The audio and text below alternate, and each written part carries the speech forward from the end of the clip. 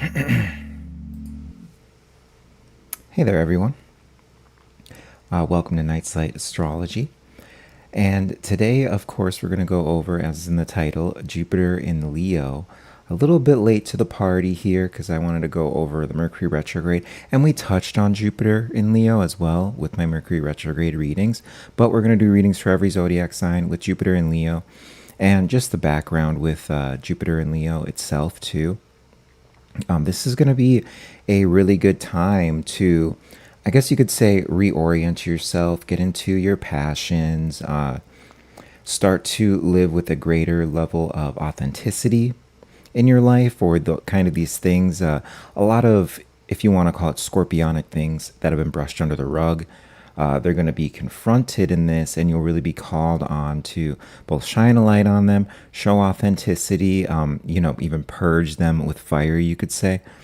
So you've got those kind of things going on. And I think that's even made more so apparent with the Pluto-Jupiter opposition, too, because when we're talking about scorpionic things, that's where you can bring Pluto into the equation there. So we've got that going on. We've got a couple other aspects. We're really just going to talk about these major aspects of it in the summer ahead here before it does go retrograde, Jupiter, and the kind of movement that you can make in your life during this time.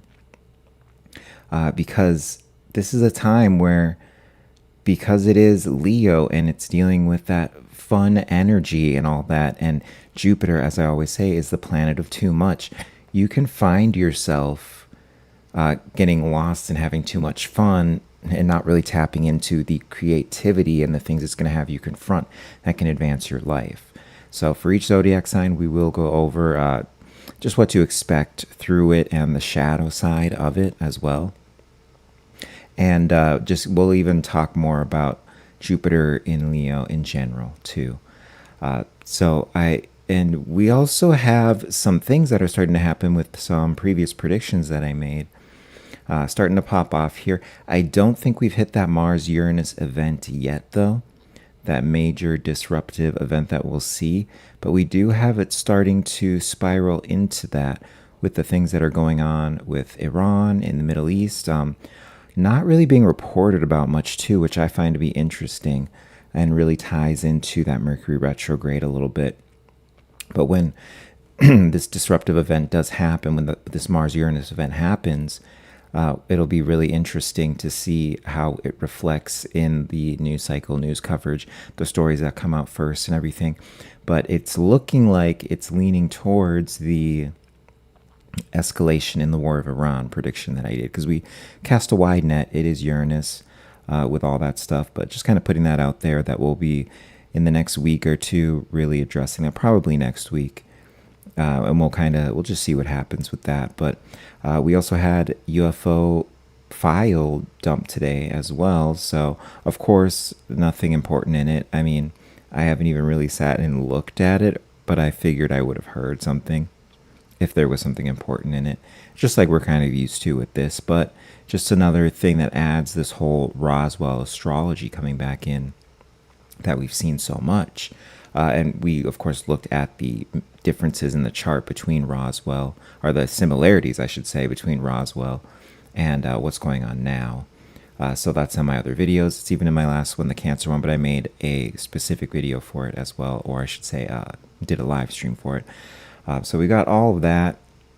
And I just bring that up to give a little bit of the background going into this Jupiter Leo with whatever this disruptive event is, whatever the things are that start to roll in here for the summer. This is when we can tap into this Jupiter in Leo and really get into our creativity, confront shadow side, move with these changes that are going to be smaller changes, but a preview that's going to be really big for the next, the next 7 years technically, but specifically the next 2.5 years. Because 2028 is also going to be another big year where we have that Mars-Uranus conjunction. But like I said, only bringing that up to kind of give a little bit of background with the Jupiter in Leo stuff. And we'll get right into the presentation here. As always, I've got a presentation because my AI is incredible, and then I will just riff off of the presentation as we go. But we'll get some background on these placements, these summer placements, and just what to expect for your sign going into this summer, this very hot summer of all these fire and air placements, especially with these outer planets where we've had them in water and earth for so long here. Now moving into that fire and air. So combustible energy, also just very hot. You know, you can see it with the heat wave we're having now. That's only going to get more intense. I live in Vegas, so right now I just looked at the temperature before I got on stream here, and it's like 110 degrees. It's a dry heat though. I like it more. I would rather have that than deal with a lot of these Midwestern heats between 80 and 90. Even above 90 a little bit, and dealing with all the humidity. So you're definitely getting all of that in the background too, which will amplify on top of the amplification we're having from Jupiter in Leo, because it is that amplifier planet. But let's get into the presentation here. All right, let me scooch over a little bit here. All right, so Jupiter in Leo, the summer ahead. And of course it says by rising sign, but this is going to be by rising or sun sign. You can use either one. Rising sign is going to be more accurate, but you can use both. Like for a reading like this, before I learned how to do it, I always would I would check my rising sign. That would be the most accurate, but I would also accent it with my sun sign. But if you don't know your rising sign, that's totally okay, because you can just use the sun sign. You'll see that accuracy. Or you can even check if you go to like astro.com. There's a lot of websites where you can put in your birth information. It'll give you all of your planetary placements. And it's completely free, of course. But yeah, Jupiter in Leo, summer ahead. And then, so really, we're looking at, so June 30th, which is already passed, like I said, a little late to the party here, to like August is where we get these major placements, and then that's obviously when summer ends as well. So we're already a few weeks into summer, but with this, I feel like with the major placements that are coming in, the only one that's really come in is the Jupiter in Leo for these summer placements. And the way that it's going to aspect, because we're going to have the South Node go into Leo too. We're going to have that opposition to Pluto. We're going to get some aspects like trines and squares and all that stuff with these new placements. So a lot to unpack per sign, but let's get started here. If I can get this to, always gives me an issue. There we go. So what Jupiter in Leo means. Yes, so Jupiter is the Greater Benefic, the planet of expansion, growth, luck, and meaning. It blesses whatever it touches. Its shadow, though, is excess. It inflates, overpromises, and overdoes. And so this is what I mentioned earlier too, and what I always mention as Jupiter being the planet of too much.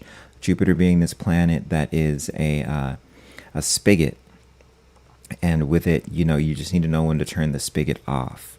And so this is where it can get into, if you're just an easy example for me to think of right now is going out to a party and drinking, just making sure that you're not drinking too much or having too much fun, because you want to reel it in, especially with this fire energy here we have, and especially when we get that trine to Saturn that's going on, Saturn in Aries too, which is going to really deal with that responsibility. I don't even think that's in my overview here, but we do have that coming in. It might be after this window here, but there will be that coming in the trine between Saturn and Jupiter. And that's, it's a great thing for tapping into your creativity and bringing that into your work.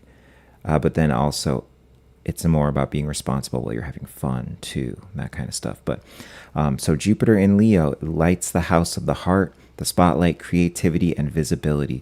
This summer, it magnifies the sign of the performer, the ruler, the bold self. And so this is really getting back into this feeling of where have I lost touch with myself? What is my shadow side going to bring forward because of what's going on in the world? And how can I allow that to tap into my child too, my inner child? That's a big one with it, especially when you've got this Mercury retrograde in Cancer right now that's going on, that's heralding the Jupiter Leo in. Because with the Cancer placement there of Mercury, of course, you've got that trickster, playful energy already with Mercury in the retrograde period. But what it does is it gets you reflecting on the childhood.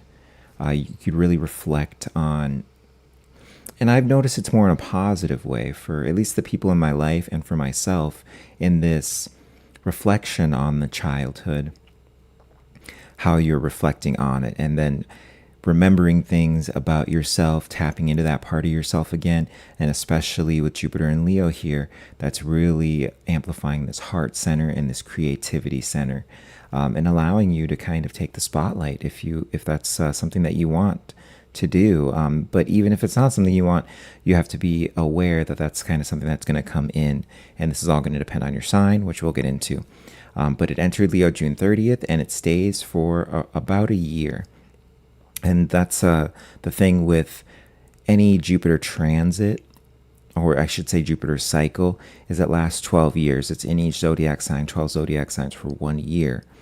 And so this is where you get your Jupiter returns being at, 12 years old, 24 years old, 36 years old, that kind of stuff. So easier return cycle to map out. And then when you have that return cycle, those are the years where you can see this huge amplification in your life, but then more specifically expansion in your life. And this is where you get your glow ups, your level ups, that kind of stuff. That is Jupiter for you, coming in with that Jupiter return when you see those things happen, specifically at those years. But I mean, any positive Jupiterian aspect can give you that kind of stuff, because it is the Greater Benefic. But of course, we're going to address the shadow side of it too, because there are far too many astrologers who only talk about the good stuff with Jupiter, and they won't talk about the drawbacks that come in with Jupiter. So let me just, sorry, I was checking everything else, making sure my sound is good and all that. Okay. And so for our watch window here, and we'll like, just so you kind of know what these are as we get into it, when these things are coming up, and I'll give the reminder and all that for these dates, or at least I'll try to remember to give the reminder as we go through, because we do have 12 signs to get through. But so July 20th to 21st, which is coming up, that's going to be the second peak, and that's when it's opposite of Pluto, because our first peak was essentially when it just came into Leo. So we got another peak that comes as it opposes Pluto, and then trines Neptune and sextiles Uranus. Okay, and it's going to be this refiring of Jupiter that you see. And this specifically is more of this mid-month prediction I have of what the disruptive event is. Like I said, that window with Mars Uranus, it triggers on the 4th of July. And now we're kind of seeing what this trigger is that's leading into it, especially with the Middle East stuff. But we're seeing it in other avenues as well. But what we're really going to see here is there's a refire of it based off of what that trigger brings in, and there's this positive aspect to Uranus too. So this is where you can utilize whatever this disruption that comes in is, and even this new electricity, you can say, existing within yourself that it brings, that it's allowing you to tap into. So and then on the 22nd, the sun is going to enter Leo. So right after this refiring, then we have Leo season that begins too. And not soon after that, we're going to have that conjunction. I mean, it may even be conjuncting right when it comes in. Sun has a wider orb. It is a luminary. I think at that time, or 4 degrees Leo. Okay. Right there. So it'll be conjunct right when it comes in. Yeah. But yeah, so the day after, you got the sun entering Leo season beginning. And then July 23rd, that's when we have Mercury stationing direct. So it's so funny, as we move into all of this peak summer energy, then that's when we end this Mercury retrograde, and all of the things that over the next, 2 weeks, 2.5 weeks, something like that, I think it's more like closer to 2 weeks and some change that we still have of the Mercury retrograde. That's going to station direct, start moving forward again, 16-degree Cancer. So this is where the fog around all these things you're addressing in the Mercury retrograde, that's where it's going to lift, and you're going to see why you've been reevaluating these things, reassessing these things. And it's really going to make for something beautiful here, as long as you are living in your truth, living in your authenticity, because this is one of the things that Leo rules, is that authenticity and truth, and through that you're going to have that growth that'll come into. And then July 27th, 26th, 27th, depending, because I think I got the 26th on that when I was looking, but that's just where I'm at in the world at that time. So that's going to be the South Node entering Leo. And so we're going to have this karmic access, which, so the interesting thing with that is there is more of a comfort with that South Node energy, but then this also ends up being the energy that we ultimately move away from. And so with that being in there for 1.5 years versus Leo for 1 year, there's going to be this interesting play on what are these new energies I can take on of the Leo energy, especially with the amplification behind it. And then by the time we close out of it, the last like 6 months after that, then it's going to be this energy of, okay, what of this energy can I leave behind? What can I take with me? So you'll have that going on too. But then on a more world scale too, Leo deals with leadership. Okay. And so what are we going to see going on with the world leaders, especially with, of course, the North Node in Aquarius, which deals with the collective, with the people? What are we going to have here where we're moving away from the leadership? And then with Jupiter in Leo too, with looking towards our leaders, I should say, with Jupiter in Leo as well, you're going to see kind of a doubling down by the leadership too, to put control over the people in some weird ways. And this is going to have a lot to do with the Jupiter-Pluto conjunction, because Pluto is in Aquarius right now. So we're going to have this axis really fully switch on by the end of the month, July 27th. July 29th, then we have that Sun conjoining Jupiter. Okay, and that's like where you get the true close conjunction there. That's where they're going to meet up at 6 degrees Leo, okay? And then it's the spotlight day of the year. Definitely expect something on the world stage at that time, something going on with one of our leaders. At that point, it will still be in an opposition as well with Pluto. So there is some type of transformational energy there. There's also something that can come up around death with that too. But that is when you also should start to really understand and feel or get this picture of, because of the positive aspects that we'll still have going on with Neptune, this idea and vision of how you're able to utilize that, how you're able to move into your power and utilize that. And then a little over a week after that, then we got the Lionsgate portal, the Leo Sirius portal is what it's like called here. And so with the Lionsgate, it's funny because you go back to Lionsgate stuff, and there's not really a lot you can find on. You can find stuff on what it is, but you can't necessarily find what its origins are, which I find to be really interesting. But in terms of the gate days, it is the most important one. And what my argument would be is that we've made it into something, and so it maintains this powerful thing besides the actual astrological placements of what the Lionsgate is, with that Leo Sirius portal type thing going on. And then you've got the solar eclipse, which is going to be August 12th. And this is happening in Leo, okay? And so this is where we got the refiring almost a month before, like 20 days before, 3 weeks before, or something like that. That refiring and peak that you have of Jupiter in Leo. But then when the solar eclipse comes, you get this reset energy, a massive change energy. And so it's about, in these 3 weeks, how are you able to take on the Leo energy and prepare yourself for what comes in through the solar eclipse in your personal life, on the world stage perhaps too. But those eclipse seasons, that's when you're dealing with, where you get 2 eclipses within like 3 weeks to a month or something. You get 2 eclipses that are really going to hit parts of your chart, axes of your chart. And so as we're going over the themes today with each individual zodiac sign, you'll see where that's going to hit you in your chart. and where that solar eclipse specifically, where you're going to see that change. And so there is major restructuring going on, major even transformation, we'll say, with that opposition to Pluto on the Leo axis there, back in Aquarius. Major transformational energy of the Leo portion of your chart, whatever house that rules for you, but then also just the Leo energy in general here too. So really powerful placements and great placements to utilize if you know how to use them. And so that's, of course, what we're going to get into today.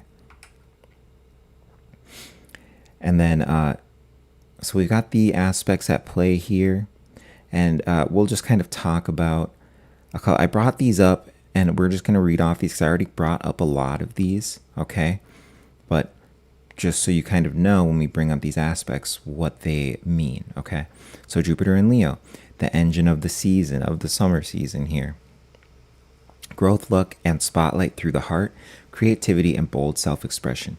Jupiter opposite Pluto, or opposition to Pluto. Or to Pluto, excuse me, not Leo. Opposition to Pluto, excuse me. I'm like reading it too fast here. Expansion meets raw power, high stakes and intensity, real empowerment if you don't grasp or overreach. And we kind of went into that a little bit too. So working with that is going to be really the challenge, but it's a challenge I think a lot of us are going to be able to take on and just, like I was saying, have this leveling up from it. Jupiter trine Neptune. Faith, vision, imagination flow easily, spiritual and creative uplift. Just watch the rose-tinted illusion. And so that's the thing. So we brought up the vision, the imagination, how that comes in.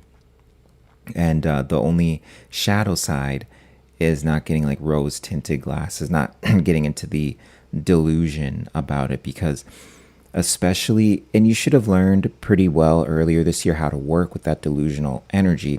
It was more with Saturn though, because we had the conjunction with Neptune and Saturn, and then of course as they separated you kind of could see, but Saturn is obviously a different planet than Jupiter, so it was more delusion around the Saturnian things, around the responsibilities, timing on things. It could have been career things like that too. How you're being visible in a much different way than the Leo energy of being visible, but more if like in a business sense, or I guess you could say like a more responsible sense like that. So this is where you get to carry the baton on from all of that.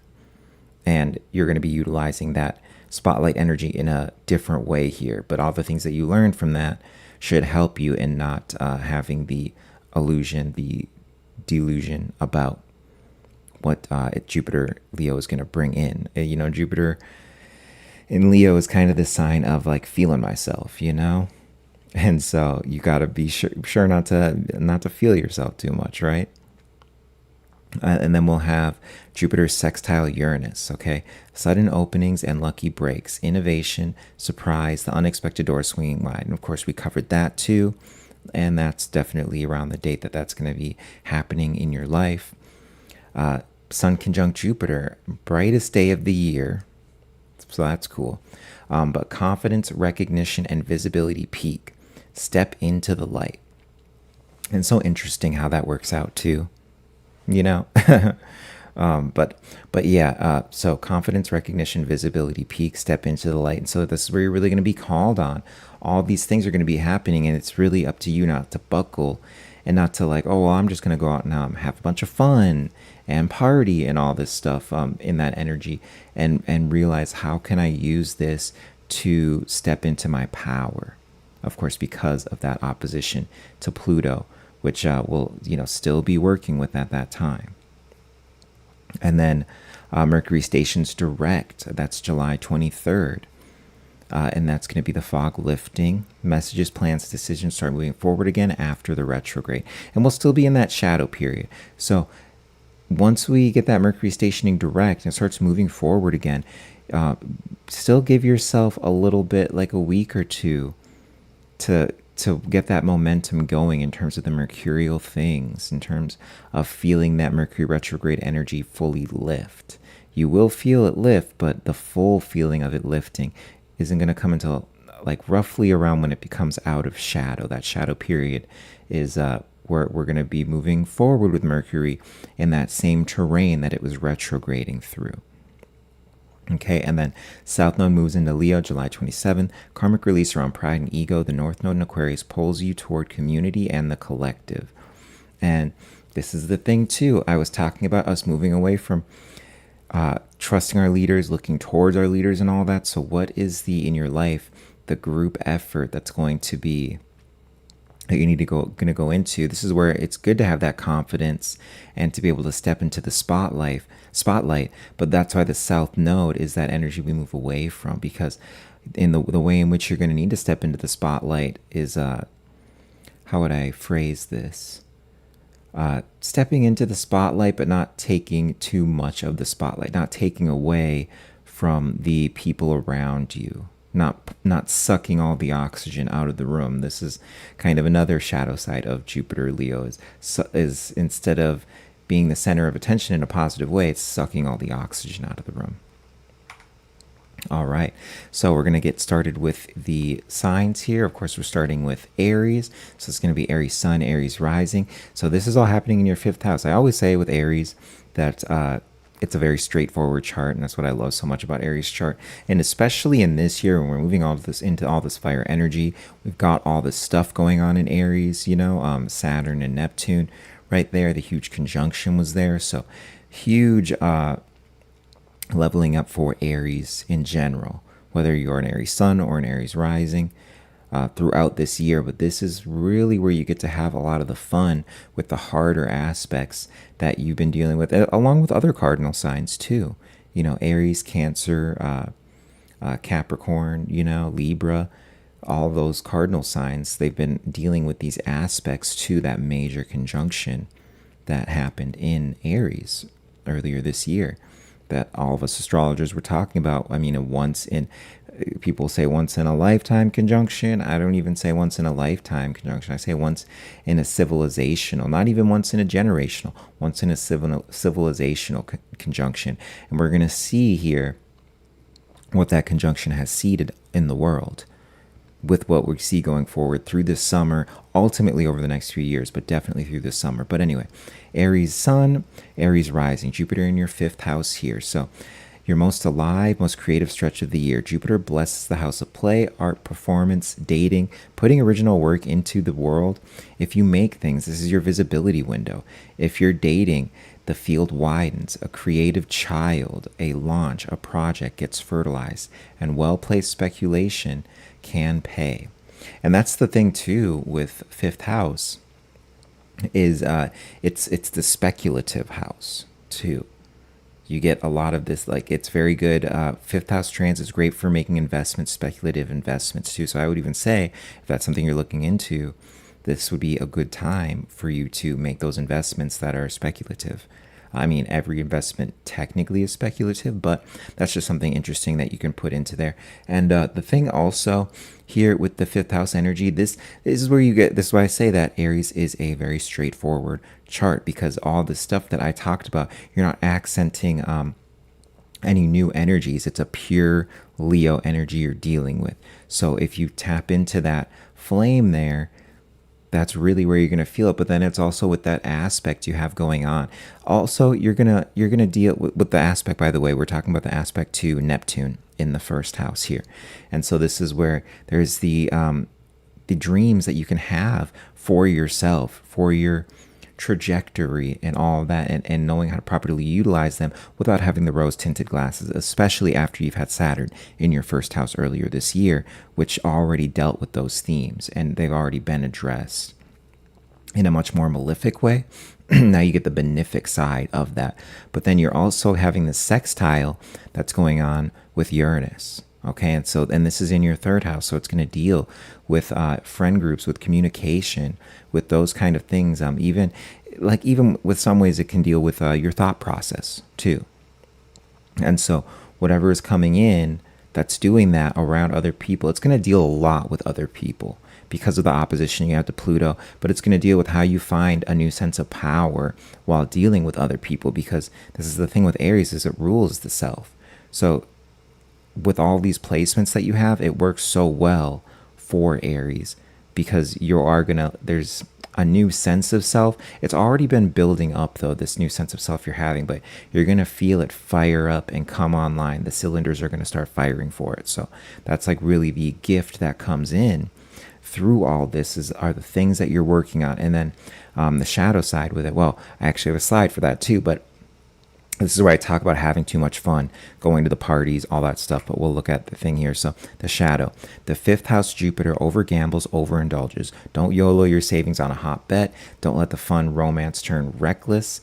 Don't overpromise on a project you can't finish. And these are all the things we kind of address too, just in general with this, because you're dealing so directly with the energy right there of Jupiter in Leo, of the South Node, of all these things too, because this is the South Node coming in too, and the Jupiter on top of that with the amplification or the planet of too much that I say is, that whole speculative thing that I'm talking about with making a good investment and all that. Well, this can turn into going and just spending all of your money and gambling or something because maybe you got too drunk or something like that.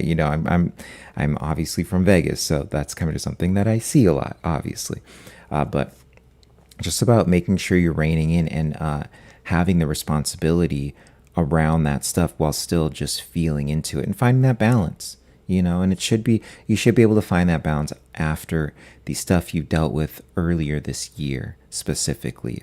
Okay, and the stuff you're now clearing too with what's been going on over in Gemini, all that stuff. It's all moved into Cancer now. We're in the Mercury retrograde. We're addressing these things that were coming up during Gemini season, especially around the nervous system, around how you communicate with others. This could have even been friend fallouts, that kind of stuff. But the really big thing here, this is where it says the move here. Pick one creative thing and pour the fuel into it. Ship it publicly around July 20th to 21st. And I would just say from the 20th until going into August there is really that window that you have.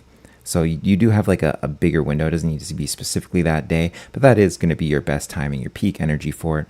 Let the romance stay fun without betting the house. And this isn't just romance you may fall into with a person. This is going to be also romance that you're having with whatever this I like how it's saying what the child is, like your baby here, your creation that's coming in. Now this can't actually deal with children, of course, not saying like the romance part necessarily, but this can deal with children if you have kids and all that. But then more specifically, what are you creating that you're going to view as your baby? That's about pouring everything you have into it.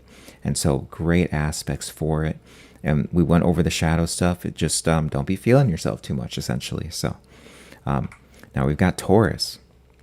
Taurus sun, Taurus rising. Okay, so Jupiter is going to move in. We're moving kind of down the scale here, but Jupiter is going to be in your 4th house, dealing with home, family, roots, property. I would even say your tribe too.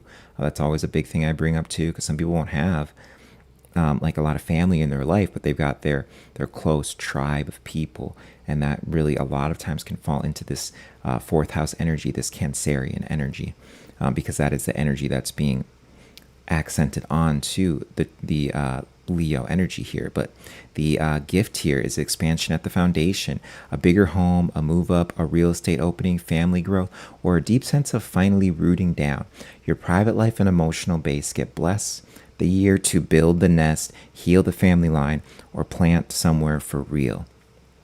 And it's so interesting because I'm a Taurus sun, and I definitely see this looming a little bit here as I started to deal with a lot of housework and stuff. This gets into the aspect I was having with Venus and Saturn here.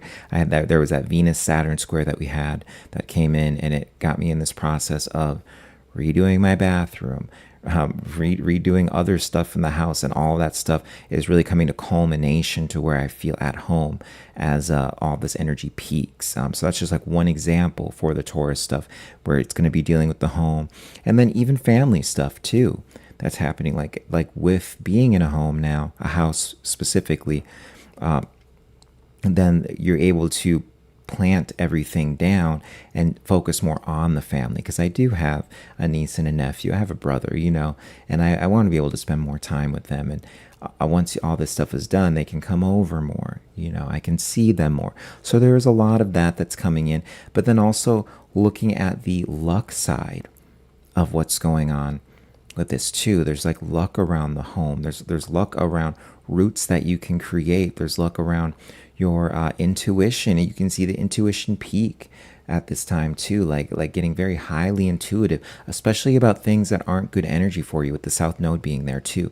And then you're having this aspect of Jupiter to Neptune there, which is going to be in the 12th house there, which is already the hidden house.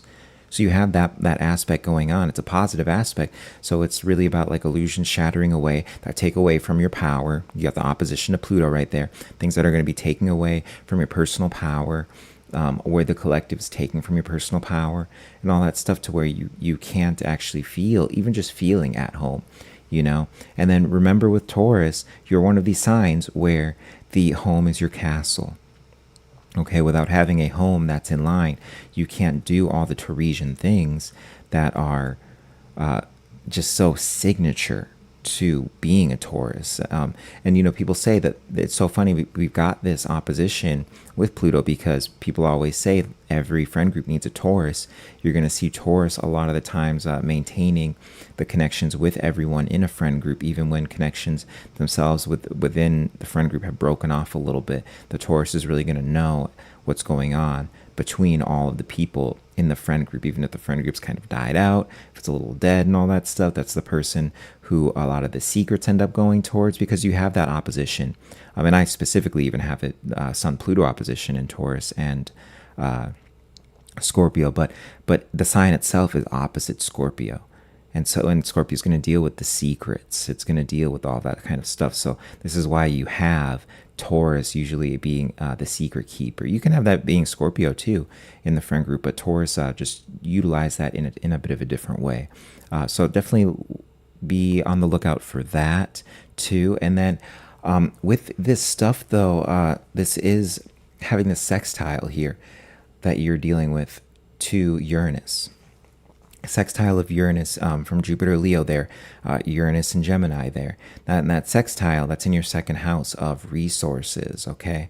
And this is dealing with all the Tauresian things, by the way. This is the house of Taurus, the second house. So it's going to be resources. It can be self-worth. It can be like a lot of these things. So these things are going to be addressed, but in a positive way where you can lean into them, and the luck can come in, the growth can come in around these things, especially as Chiron here moves into Taurus, into our sign. Chiron's going to move in there, and it's going to give us a sneak peek, or it's already moved in, of course, but it's a sneak peek this year, because it's not going to be in there very long this year. And then it retrogrades back out into Aries, but it gives us a sneak peek on what is going to be this healing journey that we're going to go on, which is technically like a 7-8 year healing journey as Chiron moves through Taurus. And it will peak when it crosses the planets, that whatever planet or planets you have, if it's just the sun, if you got other planets, if you got Mercury in there too, or even more, and you got a stellium that's going on in Taurus. It's going to deal with that. And you'll see those peak, but you do get the sneak peek and all that, and this is where some of that disruption can come in, but you'll know how to address it, what to move away from. So all this kind of comes together in a cohesive way of presenting itself, just like I was saying for a general reading, presenting itself as these shadow things, as these things that may take away from your personal power, so you can move into your power and not have illusionment about it. And this is the things that kind of come out of nowhere too and deal with it, but ultimately a positive placement. It is for your highest good that comes in. So peak late July fattens a home or family opportunity. Watch the July 29th window. And yeah, so we already went over that, but that is like where you're seeing that peak that comes in here. And then the shadow side here, okay, 4th house Jupiter overextends on the house, buying more than you can carry or letting family obligations balloon. There's also over-attachment to the past. Okay, this is where we specifically have to deal with all of this stuff that's been coming up through Mercury retrograde. It's already kind of a psychological one, but it's an emotional one. And I've been feeling it too. And I have a moon conjunct Saturn. Okay, I'm not an emotional guy, but this Mercury retrograde has definitely been bringing out the emotion for me. the Mercury retrograde in Cancer, but we're going to be dealing with, as that clears out and we move into all these summer placements, then you've got the fourth house Jupiter here that you're working with. And so that's not like leaning too much into what was being addressed here in that Cancerian energy. And are you going to lean too much on that? Are you going to feel too much on that? Are you going to actually utilize this energy to take some personal power back and change things currently in your life that are causing a level of disillusionment, that have been hidden from you but that are now apparent, that will continually create disruption, especially when it comes to your money and your self-worth? Okay. But just any disruption, really. Those are really the things you're going to want to look at. And even in the friend groups, too, identifying these things within the friend groups.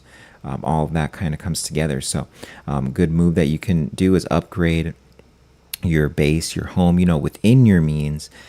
Make home a launch pad, not a money pit. Run the numbers cold before July 29th's optimism talks you up a bracket. And this is where I talked about my own personal situation is, not dumping too much into the home. It's like, oh, now that I've totally upgraded and fixed the bathroom and all this other stuff in the house, like now I need to get a new ceiling fan and I need to get a new this and a new that, and these are all things I have on my list. But at the same time, that doesn't mean like I need to do it all right now at once. I need to find that happy medium. So that's really what we're dealing with the Taurus energy. And with that, I think that it's mostly good stuff for Taurus. It gets into the stuff with all the other signs that we'll be seeing, is just not going too far with Jupiter. Jupiter being that planet of too much, that amplification planet, not letting it amplify you too much, especially since we're going to have the South Node there. There really is that level of balance that you want to find with all that. All right. And Cody right here in chat, tell me how to feel, brother. Well, I will tell you how to feel since it's on Gemini right now, right? Cody, my Gemini friend, maybe my most Gemini friend. But yeah, so we've got Gemini Sun, Gemini Rising here. And so this Jupiter is happening in your third house. And so it's so funny talking about the like most Gemini stuff I talked about, because it's so interesting, both with the Mercury retrograde stuff that we were dealing with too. And I forget exactly what it was, but then this brought on like Gemini energy so much already, even though it wasn't in Gemini, with both the aspects it make, the planet itself being the ruling planet, Mercury, that it's dealing with. But then on top of that, you've got Jupiter here in your third house. And so this is the third house of, Gemini. This is the house that Gemini rules here. And so really with Gemini, the thing here is dealing with, like, the best thing with Gemini is that they can work with the Gemini energy super well, at least most of them, right? If you're doing it right as a Gemini, right? But no, this is where all of the ways in which it's where these are the people that you're going to see be most themselves during this time, during this Leo time, okay? Because it is going on in the third house. They get to take the spotlight. They're going to do super well with the opposition to Pluto, with these things coming in around the collective, around the networks, around, the friend groups and all that kind of stuff. But we'll go ahead and read the gift that's coming in here. A content creator's dream transit. Oh, yeah, I would agree with that. Jupiter blesses your third. Writing, speaking, posting, teaching, pitching, short trips. Your voice reaches further, the right words land, and siblings or neighbors bring opportunity. If you make content, publish relentlessly this summer. And this is where it's just going to amplify that communication style. There is this amplification also of the mind that comes in. So I would say make sure you're grounding yourself as a Gemini, obviously. Have that thing that you usually use for grounding. As long as it's still working for you, then that's going to be perfect for you. Okay, but then you've also got these placements that are coming in.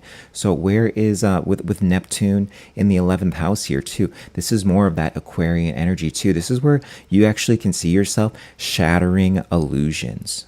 Okay, especially if you're in this more of a public space, if you're dealing with a lot of people, this is where you can see yourself shattering illusions just through your authenticity, through being yourself, through saying and speaking your mind.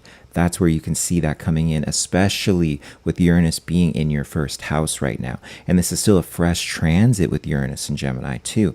So, like we're still dealing with a lot of what Uranus and Gemini is bringing. It's starting to cross wherever your planets may or may not be. It all depends, but with that coming in, that is the disruption energy, and it's in that positive sextile with Jupiter. So it truly is this placement of just be yourself, and you're going to be in this perfect situation with these events that we have coming in through the summer, that we're starting to see unfold now, but we still haven't quite hit that disruptive Uranus event, but you're going to flow so well in that energy because all you have to really do is be yourself with it, and then the things will flow in towards you, the abundance, the luck, all that kind of stuff. It's going to actually just flow in towards you, and then there is still just that south node drawback of making sure you're not feeling yourself too much. That really is the thing for everyone, like not feeling yourself too much, because that's going to take away from your personal power and everything like that. Because a lot of this energy, if you look,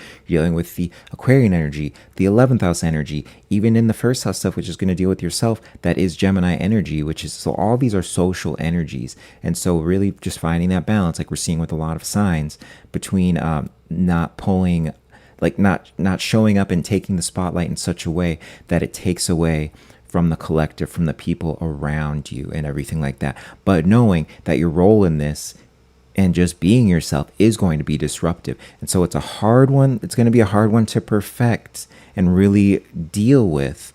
But ultimately, as long as you're living in your authenticity, it won't be too difficult. It's more of like a trial and error kind of thing. But we'll look at the peak here. This is going to be July 20th to 21st. That's like, but the peak is for everyone. But this amplifies your reach. July 29th is your best day to go big on a post or a pitch. And, this can also be just in terms of career stuff too, because you do have the sextiles that are going on. And it won't technically be a sextile around that day. I would say it would be a little bit later, maybe about like early to mid-August or something like that, where you get these positive aspects to Saturn too. So also keep that in mind, that this should just be good on career, but Saturn's also going to deal with that visibility too, just in a different way than Leo deals with it. So this is about being more visible. This is people getting really triggered by you too. And I'm sure that this will be in the next slide here as we round out Gemini here, but that's a really big thing is that's like the shadow side of it, I think too, but we'll see here. So the shadow, third house, Jupiter scatters. Too many projects, too many open tabs, over-promising in DMs and threads, talking bigger than you're building. Okay, so it didn't even bring that up in the shadow, but I would agree with this shadow point here too, is working on too many things very much. That's a thing that we want to be aware of too, because, when we were talking about the Aries rising, it was like pouring everything into one thing and all that stuff. And we still have a little bit of that here. But really, you can multitask. You don't need to pour everything into one thing, but don't be too scattered with the things that you're doing. Don't be trying to do too many things at once, because the whole thing is Jupiter in Leo it is like that gilding. Okay, it's the gilded expansion. Okay, so what are the things that you want to turn into gold? And as being such a mercurial sign, what do I want to turn into gold here? Like you can't turn everything into gold.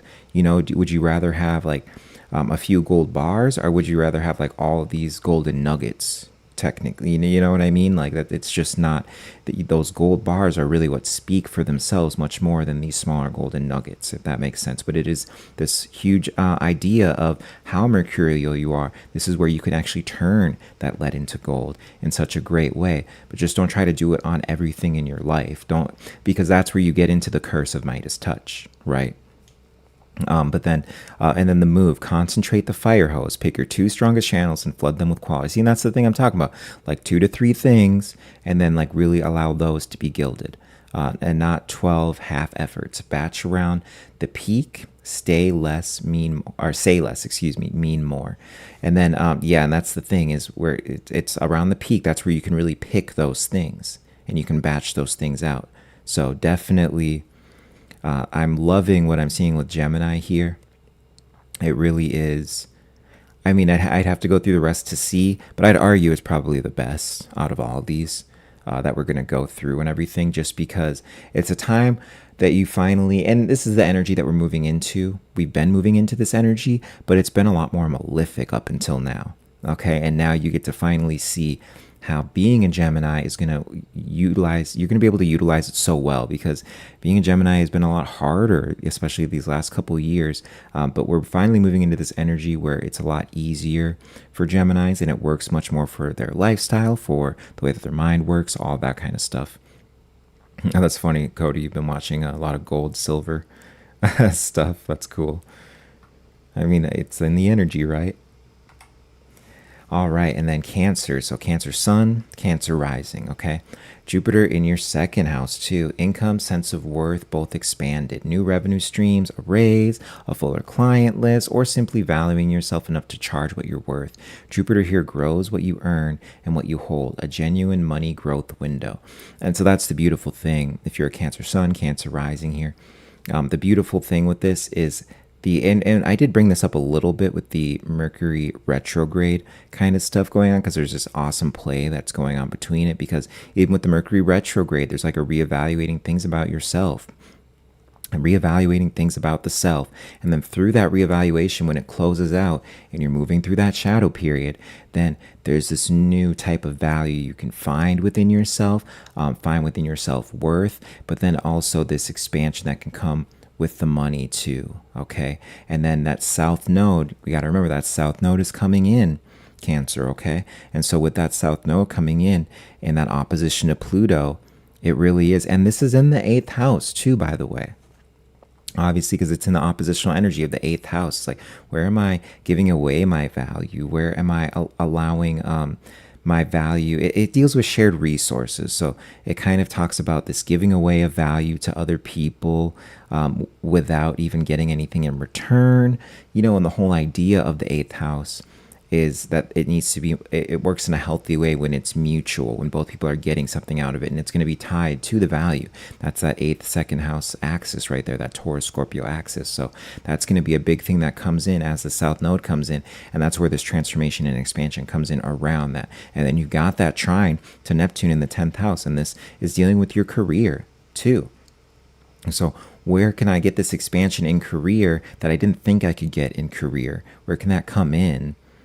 That expansion in career come in where, like, maybe I was delusional about it, or maybe I just didn't even notice it there, you know, coming in. And then also, it's not only just that from what you're moving away from with that south node, but where am I headed, and how can I view this without, of course, the rose-tinted glasses of what actions can I take to make this advancement and expansion in my career, and what way can I visualize that coming in as well. Okay, but then the only thing really as a Cancer to be aware of is, like, what is this hidden thing that's going to come in? Okay, and like, how can you properly utilize that and even turn that into the gold? Okay, because what I see with this placement right here is someone from the past coming in, especially because we're just clearing out the Mercury retrograde. Mercury's still going to be in shadow when we start hitting these placements too. You've got the south node there, which is dealing with karmic people and all that too, and the energy that you're moving away from. Well, Uranus can come in. There can be someone that comes in from the past out of just nowhere, essentially, that ends up being disruptive to your life. But it's going to play into all these things that are going on around your self-worth, and really knowing that you don't need that anymore, or like, how can you utilize this? Or maybe, and we kind of touched on this with the Mercury retrograde stuff, maybe this person is just coming in for closure, and you find that to be disruptive because it typically is disruptive for you, but you've got this positive aspect going on, and this person comes in for a type of closure, which it actually gives you too. But there is the disruption that comes in there too. And then another thing I'll say is there's like an electrification of your growth that can happen with you've got the 10th house stuff that's already going on. So like, you've got this, you're going to be electrified in the sense of these career moves that you can make. And then there's even, of course, that energy of the shattering of illusions around it too. And this play off of that Neptunian energy plus the 12th house stuff too is going to deal a lot with that as well. Okay. And then so with the peak, late July opens an income door. The July 29th spotlight is your day to ask for more. Okay. And then, of course, I will give that wider window for this kind of stuff, but this is just kind of a date to hone in on and somewhere around there. But really, you can see these kind of things going into like the first or second week of August as well. But this is where the energy is peaking on that, just because the sun is going to be conjuncting with Jupiter at that time in what's going to be your second house. And then for the shadow side here, second house Jupiter inflates spending as fast as earning. Lifestyle creep, I can afford it, bloat, overvalue. And that's kind of the thing, is like where all this new stuff comes in. That's where you really want to be worried. It's, as I keep on saying, Jupiter is the planet of too much. It is the spigot that you need to know how to turn off, when to turn it off. Like, oh, I've got all this money. Let me start getting all these things and all that. And you want to get yourself new things, especially the things that are going to make you value yourself. And so that's going to deal more with the career things, with the trajectory you're on, the direction that you're heading. That's really the thing. But you don't want it, because you've got that South Node in there. So it's really about, in the second house, that is. So it's really about like, okay, what kind of spending can I move away from? Where am I overdoing my spending? Where, just for this kind of lifestyle that I want to have? Because you got to remember, the second house deals with comfort as well. So that's another thing to look at. It's like, where am I spending all this money that is allowing me to feel comfortable within myself?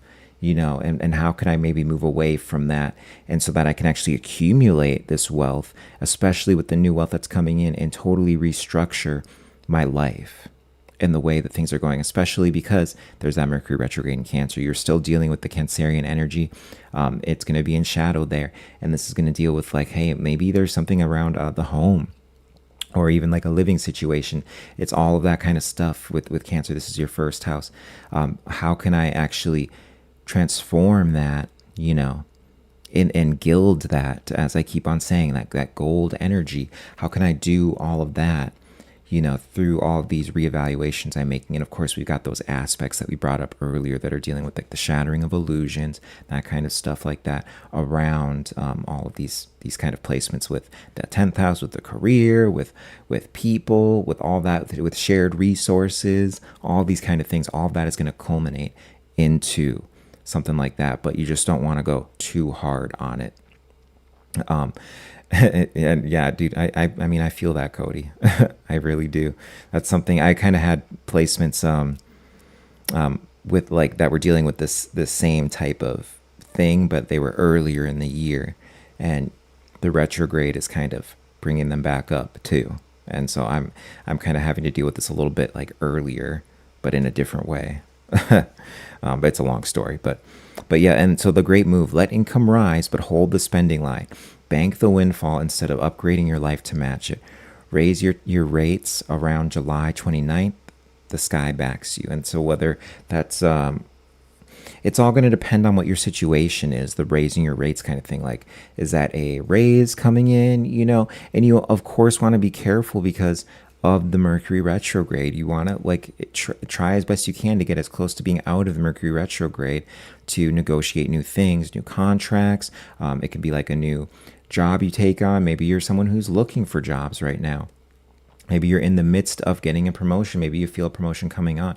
Just make sure with that kind of stuff, try to time that around the Mercury retrogrades if you can, and not put pen to paper on that stuff until then. Because that's especially when you're going to be feeling into this energy and knowing what you're worth in a much more expanded way, Cancer. So that's what we got for Cancer there. Oh, I went a little far on Leo. So Leo, Jupiter in your first house. This is your year, okay, with Leo here. It's going to be in the first house, and that, like, there's going to be the drawbacks, and we'll talk about what those drawbacks are too with the first house energy with Leo. But ultimately, this is where, I mean, kind of this year of you're glowing, mate, but really this year of you're just like glowing, okay? And people are going to see that, but the whole question is, are you going to be able to actually live that and feel that internally too? Because this is dealing with the South Node transit over the first house. Now, I've just finished a South Node transit over the first house too, so I can tell you what that feels like of, I wouldn't even say it's this feeling of not feeling like yourself. I guess you could say that, but there's even a lack of confidence that can come in. Now, hopefully the Jupiter can offset that for you too. But that is just something to be aware of. But let's go ahead and read here. This is your year. Jupiter crosses your rising for the first time in around 12 years. A glow up, an expansion of presence, more confidence, more magnetism, more life. That's a good one to bring into more life, more vitality, all that. Especially if you've got any like heavy Virgo placements. If this South Node going through Virgo like messed you up health wise too, or even finance wise with all that, you can definitely see that turn back around and see the life return back into you. So that kind of stuff. But a brand new chapter of identity, and the world sees more of you. Okay, and then I'll see you later, Cody. Yeah, so a brand new chapter of identity, the world sees more of you. And this is kind of the thing, is it's another one with these fire signs here, because we already talked about this with Aries. It's more of a like, whether you like it or not, it's kind of going to happen. You're going to become more visible. You're going to, I would say, have a spotlight. Yeah, it's very similar in some ways to both like the Aries and Gemini. You're taking a little piece of both of these, by the way, because there is the disruption in the networks and all this stuff. This is also, by the way, where have I been delusional in my beliefs? And this is something that already came up when we had the Sagittarian full moon. Okay, is a restructuring of the belief systems. What beliefs do I need to let go of? So this has been a process that's been happening over maybe like 2 months here. But then this is really where you get that amplification of it, and that final release through that amplification, especially with the South Node there, of where have I been a little bit too delusional in my beliefs, but then also, what have I not believed hard enough in, especially when it comes to myself? What have I not believed hard enough in? Where have people taken my power away from believing in myself? Where have people been energy vampiring off of me? That kind of stuff. So all of that is really important there. So you've got that going on. And this is kind of getting into the shadow side stuff a little bit, but of course the gift is really about leaning into yourself. I would say for Jupiter, or for Leos in general, with having the Jupiter in Leo, you're the one who has to deal the least amount with are you feeling yourself too much with this, because it's going to be right there in your first house, and because there has been this period of people trying to take power from you, people taking the energy away from you, that kind of stuff. Okay, being like this, there's this energy vampire stuff going on, a lot of that really. And now there's this energy of finally moving away from sharing so many resources with other people. And that's something that maybe you've been working on since the beginning of the year, or early in the year, I would even say. But like around the beginning of the year, that's something you've been moving into, is really around not being so... I guess shared resources is like really the best way for me to put it, but not be so invested in things in a tangled way, in a complicated way with other people, and be able to stand on your own a lot more. This is about kind of reevaluating as well. Where have I given up my faculty in a lot of things? You know, and it might have been for love, because remember, Jupiter's going to rule. It's dealing with love. It's dealing with romance and all this. Where have I sacrificed my love, my creativity, like even for romance? Let that take away from my power, because Pluto in the 7th house. And it's going to deal very specifically with these long-term partnerships too. So what is the shadow side of this marriage or contract, like work partnership, client relationship that I have? What's the downside of this? Like, what's the shadow side of this? And where can I kind of pull back in, reevaluate, and take my own power back? Okay, and then the shadow. First house Jupiter expands the body, appetite, weight, too much, right? You know, and so that's another thing. I totally forgot to bring that up. That's like a signature of any first house Jupiter transit is gaining weight. So obviously be careful about the weight gain, about the hunger, the appetite, all that, because all that stuff's going to be very amplified. Okay, and so you don't do that. But then I would say conversely, it's the ego too. Okay, so hubris, overconfidence, taking up all the room. But the whole part about this that's like very complicated with it is that there's this time where it feels like there has been this time where you have taken a step back from sucking all the oxygen out of the room, because you can do that even without trying as a Leo, and kind of almost compromising yourself in a way through that. So just be very careful with that, that you're not continuing to do that, and that you are stepping in to this new energy. Until the move, ride the visibility, watch the waistline and the pride, launch yourself, take the stage, say yes, but stay coachable. It's a huge year if it doesn't go to your head. And that's the thing I would also say, stay coachable, especially with that positive aspect to Neptune in your 9th house there that you're dealing with, that does deal with mentors and stuff like that.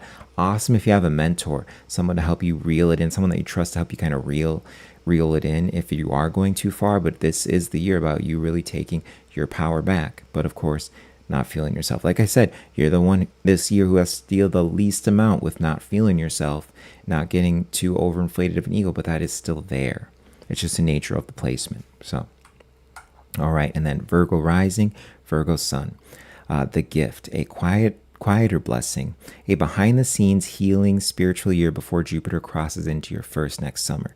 Hidden support appears, dreams sharpen, practice deepens, and things resolve in your favor without a fight. What you build quietly now pays off loudly next year. And this is what I have to remind myself. I'm a Virgo rising. This is the thing I have to remind myself right now, because as a Virgo rising, we can really hone in and focus on one thing and do it for a long period of time. Especially now, it's probably a new thing with that Saturn in Aries and Saturn, Neptune in Aries conjunction that happened earlier this year. Okay. And so what's that thing that you've been working on, that you've been building? Okay. And then knowing that with this Jupiter being in the 12th house, you may continue to be doing that. It's going to be a lot different, excuse me, a lot different than a lot of other signs that are taking the center stage and all that stuff. And it's going to be difficult to watch that and be like, well, why isn't it working for me? What's going on here? But this is the kind of thing that you get to see next year that pays off, like middle to end of next year, where you really see it pay off. And keep doing your quiet building. Keep doing that, especially during this period too. And the South Node is going to be there. Now, as with any Leo transit, of course, there's going to be more of a center stage, but this is where the hidden support appears. People are going to be like, hey, I've noticed you, and blah, blah, blah. And they want to do some type of collaboration with you. They want to hang out with you. I would also say this is a placement to be careful of a relationship coming in, and they don't want to be, unless that's something that you want, but they don't want to be very public with the relationship. This is a hidden romance. This is those kind of things. And with the South Node there, it complicates it, because it's this hidden romance, and it's taking away from the work you're supposed to be doing with people, because you've got that 6th house Aquarius. This is working with people. And then Pluto is now in there. There's the opposition going on with Pluto, all that. So you want to, look out for that. Okay, but that trine to Neptune in the 8th house, this is where you're going to have,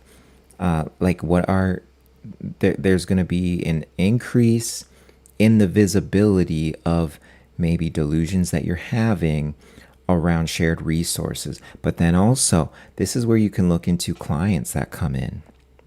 Okay, really good clients, because that's dealing, clients is 7th house, but in terms of the money that you make from clients, it's more of an 8th house thing. That's my personal view on it. So if you have like clients that come in, that's viewing it in this new way of how you can utilize that. What work can I do behind the scenes where I'm able to take center stage, I guess, or kind of be more authentic within myself. There's just this huge luck and abundance energy that comes in, but there is still the stuff behind the stage to continue building around those things. Okay.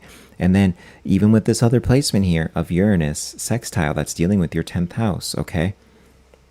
And with that Uranus sextile there, this is this disruption around the career and all that stuff. So you got this last little disruption to come in and then kind of fix these things behind the scenes and all that. And it's going to be very spiritually aligned, which you'll see going into next year, why that thing had to come in and all that. And just of course, be conscious of the people who are entering your life at this time, especially more of like the lover connections that come in around this time.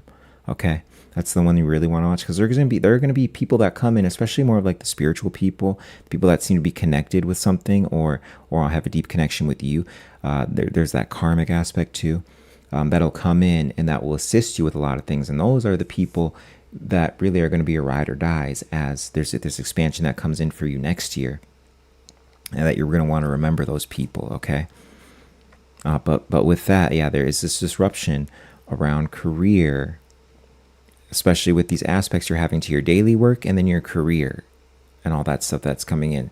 But there's an amplification too. There's an expansion. There's a luck to it. So whatever disruptive stuff comes in around that, it's actually meant for you. Okay. And if this is hard to hear, trust me, this is my reading too. So it's a little bit hard to give, right?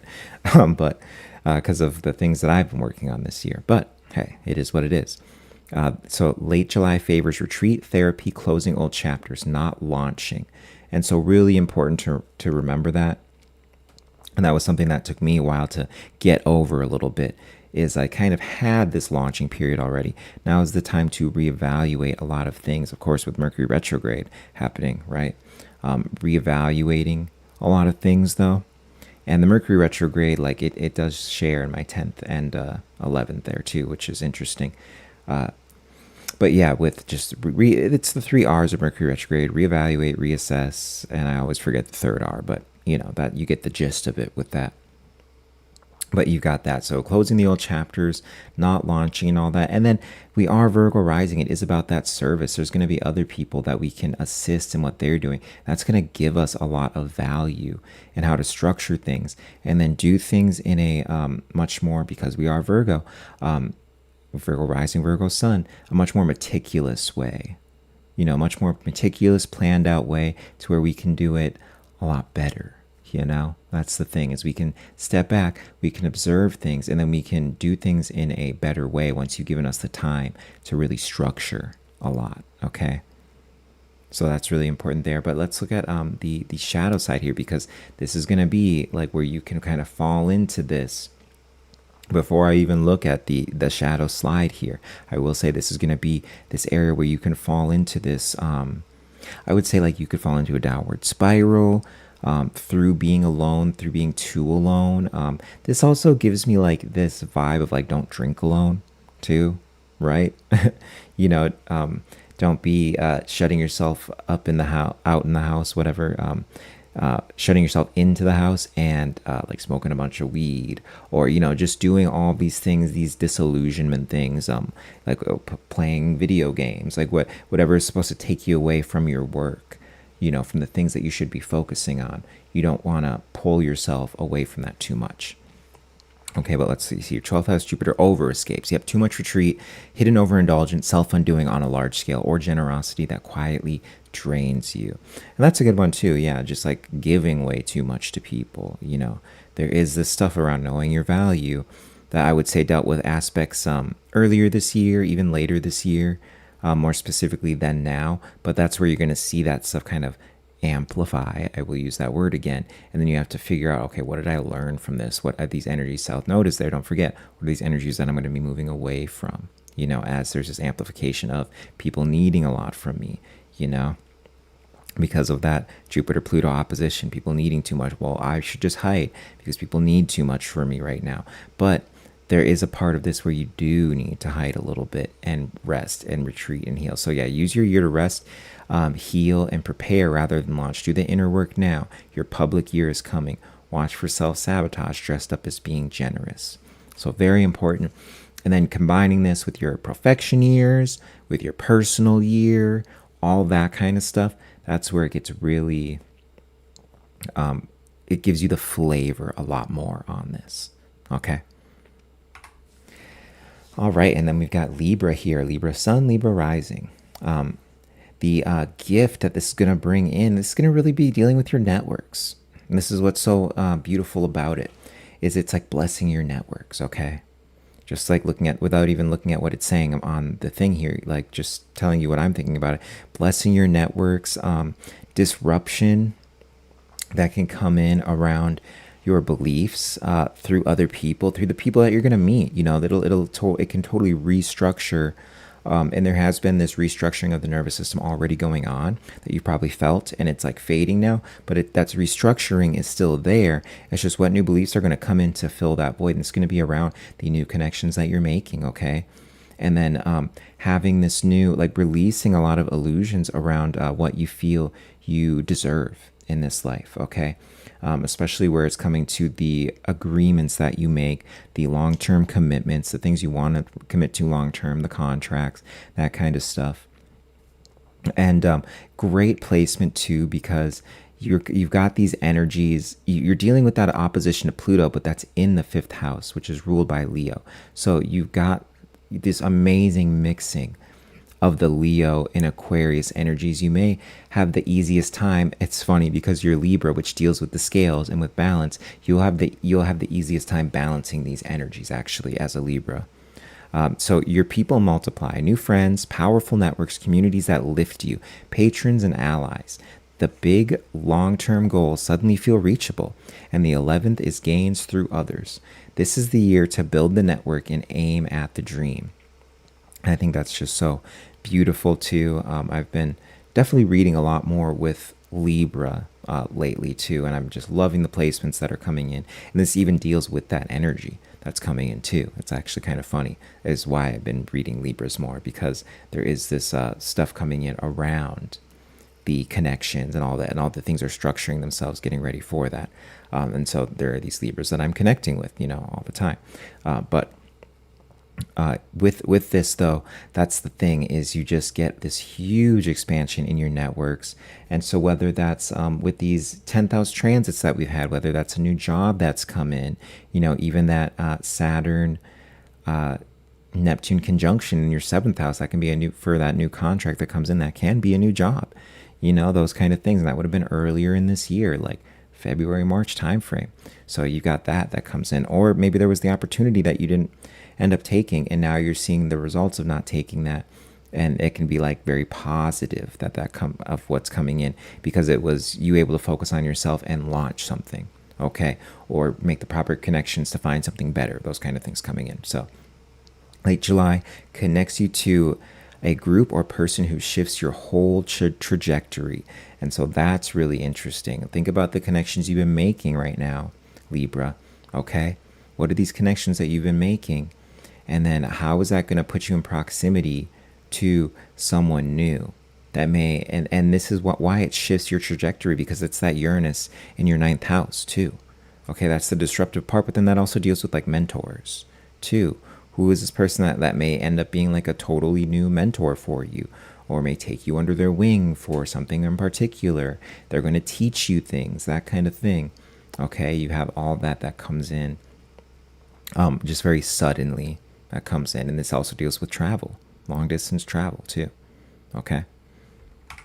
Shadow, 11th house Jupiter overcommits to groups, spreads you thin across too many circles, and inflates the friend list without depth. And so that's what you want to be careful, like hearing all this and then not going into accepting all these light, intangible things, because there is the opposition to Pluto. So that's like what you want to stay away from, is like you don't want to be spread too thin where it takes away from your personal power, okay? Especially with the 5th house Aquarius right there, okay? Dealing with Pluto like that, and then 11th house with Jupiter and all that. You're really working with getting spread way too thin across your networks. And so this is about that balance. You'll have the easiest time though, Libra, with finding this balance between these energies. You really will. So that's the beautiful thing about it, okay?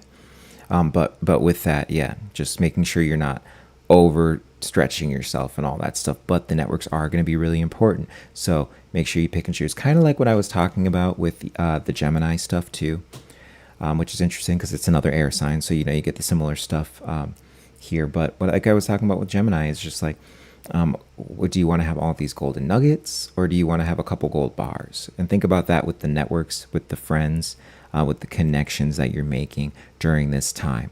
Which ones do you want to bless with that Jupiterian energy that you're so fully in at this time, okay? And then which ones are you going to want to kind of let fade? Because this is going to deal with that opposition, is which networks do I kind of want to fade but are taking away from my personal power, that kind of stuff too. Okay, more so than the other times I've even read that, because that's just the placement of the Jupiter Pluto opposition in general, but for you in particular, that's really an important note to have there. Okay, and then the move. Be deliberate about which rooms you enter. Pick the network that actually moves your goal and go deep. Name your big wish around July 29th and recruit help towards it, okay? And so that's something that you may, it really just depends on what your work situation is, but that may be like, are you able to hire someone? Are you able to really utilize help around this stuff, whether it's even just family, okay? Because we do have the Mercury retrograde in Cancer. So with you having a Cancer 10th house, that's like family can be helping with career. They can help you make career moves. Those are kind of things you can evaluate leading up to this point while we're still in the Mercury retrograde at present. But of course, moving out of when you hit these placements. And that's, of course, that July 29th time period, all those other dates that we gave. Oh, did I? Oh, yeah. Okay, cool. Then we've got Scorpio here, okay? Scorpio sun, Scorpio rising. Jupiter is going to be in your 10th house here, 10th house of career, reputation, status, okay? And so the gift about this, right off the bat, you can say, this is getting a big promotion. This is getting a big raise at work. This is finally leaning into a great reputation around your status at work, around your career trajectory and all that stuff. The only thing is you got that sextile to Uranus. So that's actually, like technically it's a good placement. You just have to deal with the disruptiveness of that placement. And this is around shared resources. But it's almost like this is going to compensate for any 8th house stuff that's going on, any hidden things. It's really around the entanglements with the personal finances, entanglements with your investments too. Things like that. This could be totally restructuring your investment portfolio based off of what you're seeing going on in the world. And there's a support for that based off of what's going on in the workplace for you as well. Okay. And so while you're having this thing at the same time with career, you're realizing how you can now restructure your daily grind behind your career as well. Because you've got that Neptune in the 6th house with that positive aspect. Okay. There's a new way that you can move into with restructuring your daily grind that doesn't tax you too much, okay? And this is where you're really going to feel it because of new responsibilities that come in with this whole professional change, the status change. Then you're going to realize, oh, I didn't need to be doing all this stuff on a daily basis to maintain this, and that. So that's very important too. And then there's also, you've got this opposition to Pluto though. So this is going to bring up the shadow side with the home and all that. This can also just be more about the home repairs type of stuff too, because when we went over the Taurus reading, Scorpio is the opposite of Taurus, so you've got kind of these similar things going on here, but you've got the shadow and the power of the home, like that kind of stuff is all being confronted by that amplification in the light of Leo right there, and by whatever is coming in through work. So this can be like actually getting access to more resources to update the home, beautify the home, all that kind of stuff, and then finding new things in the home that you're going to be able to fix and tune up and that kind of stuff too. Okay, so that's a really important part. There's definitely a home aspect that comes in, and then I would even say being able to, an expansion in like welcoming more people into your home, which I know sounds crazy for a Scorpio. I know that sounds kind of wild, but just something to be open about, whether this is even just like maybe a work party, or I would even say like having some work friends over. Maybe you've been putting off having work friends over to your home, and doing that can also be a big help and benefit during this time, in terms of working through maybe, what would I say? Working through tension that you've had, not like with those people in the workplace, but there is something around this tension between the workplace and the home that needs to be integrated. I think that's the best way to say it. But yeah, peak late July can open a visible career door. Oh, I don't even think I didn't even read the gift here. Okay, the gift of this, the promotion year. Jupiter crowns your 10th career growth, public recognition, a bigger title, a leap in reputation, real authority handed to you. If you want to rise professionally or become more known, this is the sky for it. And, this is really what I just read, all of that in a much more detailed way. So, take that to the bank. But the late July can open a visible career door. July 29th is your step into the spotlight day. And so that's really where you see that big stuff here. And then I would also say, what with that south node there, what's being cleared out in the career space? Are people like getting laid off around you? Does that open up this window for you to step into something, for you to take charge, for you to make the workplace feel much more found like there's more of a foundation to it, all of these kind of different things. You really can play around with this energy a lot, but it's amazing for your career. So definitely keep that in mind. Okay. And then the shadow side though, 10th house Jupiter overreaches, biting off more publicly than you can deliver, overpromising to a boss or an audience, letting ambition outrun readiness. And so make sure you're ready for these things, definitely go for them. Remember, with that opposition to Pluto, are you ready? Is this going to take you too much away from your home energy, from this energy of kind of being detached? I shouldn't even say detached, but I guess you could say that, but being away. The Aquarian energy, even though it deals with people, there is this part of the Aquarian energy likes to step back, and rather observe people and have that time to reflect on things and take in a lot of these experiences that you've had and process them fully. Okay, and all that stuff, and it's in the fourth house of the home, and all that. So there is this play between the workplace and the home that is going to be addressed during this time with career expansion and more career and reputational visibility. So the move where you can find this balancing: say yes to the bigger role, then build the capacity to hold it. Under promise, over deliver. Okay, make your move at the peak, but back it with real work. I think that's perfect right there. Under promise, over deliver, because the energy's coming in anyway. You don't want to be feeling yourself. This is where you can feel yourself in this energy and over promise. And then it's like pulling away from this sense of security you feel, in what you're able to accomplish. So, that is really your balancing point right there in your barometer for it. All right, Sagittarius, Jupiter in your 9th house. Look at that. And so, yeah, you're going to be dealing with the Leo energy, Sagittarius, but you're going to really be dealing with Sagittarius energy. Like there's this amplification of Sagittarian energy coming in because the 9th house is your house. Sagittarius rules the 9th house, okay? Jupiter is your ruling planet coming in. This is a huge expansion, but at the same time, a forcefulness of letting go of certain things too that'll be coming in, and that's what's going to create the huge expansion. You're going to see all of these things that have held you back all of a sudden are going to be released, and they may be released and you may be kicking and screaming the entire time. You got that opposition to Pluto, okay, that's going on. And then also with the 7th house Uranus too, that's going to deal with like long-term arrangements, relationships, that kind of stuff. Not even an intimate relationship, but like what are these contracts, what are these mutual deals you have going on?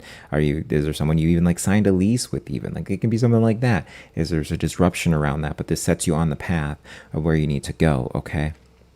And then all these ways in which you denied yourself for a long time are going to be able to, they're just going to like fade away. They're going to like clear away. That's the beautiful thing with it. And then you can go into whatever, if you've been wanting to go into school again, go back to school. If you've been wanting to travel somewhere, if you're even getting like forced to travel somewhere, like, no, it's for your highest good. These things are all kind of coming in, okay? But there is this learning, adventurous energy.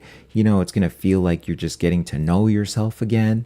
All of that coming in, okay? And then huge thing around beliefs that comes into like believing in yourself again, but then also having these new beliefs come in because of these things that are falling away. So let's read it here.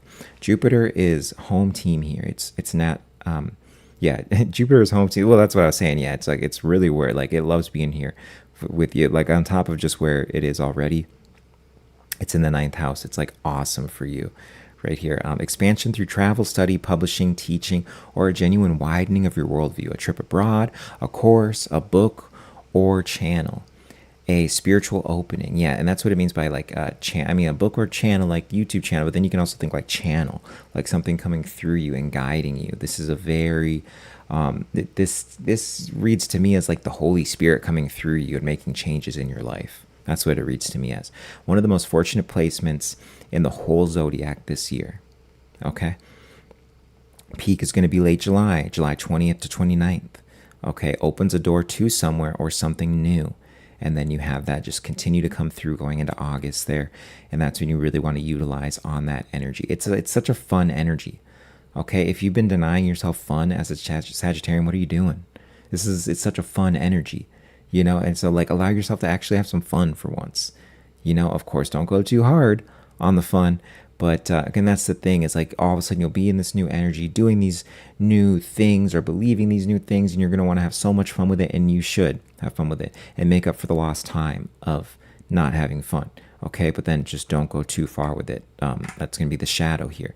Ninth house Jupiter breeds dogmatism and guru inflation, thinking you have all the answers, over preaching, over committing to a far off plan. And so, yeah, you can be having so much fun within these new beliefs, you just think you know it all. And then you're just kind of full of yourself. Okay. And there's the dogmatism that comes in too. This is really where I'd say is the harder part of it, is this dogmatic part of the ninth house of the Sagittarian energy. My sun is in the ninth house, so I totally get it. But there's like this dogmatic influence that can come in, and it's less about it being structured. It's more just about like, this is what's always worked for me. I need to keep things this way. And so all that stuff I was talking about with the beautiful things of this placement, you won't get to see any of that if you refuse to let go of beliefs. We had that full moon in Sagittarius. There should have already been this call on you to release certain things around certain beliefs in your life. It always needs to be this way. I need to always have it this way. You know, like it's like this way and only this way for me. And like, you know, all that stuff. Like the longer you go through this year and going into next year and don't release those things that you've been called on to release belief wise, the harder it's going to get. So this could also be a period. All this is to say, this could also be a period where you actually double down on these things, because Jupiter is there and the South Node is there. This is totally doubling down on my beliefs energy. And you don't want that, not with these placements, not with what the beautiful gold that these placements can bring you. So let's read the balancing here, the moon. Expand your mind without closing it. Teach and publish, but stay a student. Book the trip or start the course around the peak. Don't turn conviction into a soapbox. And this, I would say this will be the hardest one to balance. Like I was saying, it's the funnest of the sign, the most fun. Okay, but in terms of the balancing act that's required of you, this is probably going to be the hardest one of all 12 zodiac signs. So definitely be ready for that. But if you've done the work earlier this year, it becomes exponentially easier to move into this. It's really just that what I've seen with Sagittarians is kind of doubling down on these beliefs. That it's going to be this, it always needs to be this way for me. You know, this is just the way that it is. And like, I refuse to believe in that. I refuse to open my mind to this. It just, it sucks when you're working with Sagittarian ninth house Jupiter energy like that, which I'm very Jupiterian, so I know. But you have to give yourself that leeway to change your viewpoints, to change your beliefs and things, or you can end up being stuck. You can come into a Jupiter return, an amazing placement for a Sagittarian, and have nothing in your life change, and then be filled with bitterness and regret, and all you're doing is just working yourself to death and having the same day over and over and over again, where you don't get to do any fun Sagittarian things. So that is really one of the hardest ones, but can bring some of the most value and most fun. Capricorn. Jupiter in your 8th house. Okay, this is dealing with debt, intimacy, shared money, you know, even transformation. Okay, we touched on this a little bit with the Capricorn reading, and this is going to be the Capricorn rising or sun, of course. But we touched on this a little bit with the Mercury retrograde reading for Capricorns. We touched on it a little bit, but this is dealing with how can I take some of my own power back in where I've been sharing resources with people. This could be a husband, especially with the Mercury retrograde that's going on in Cancer in the 7th house.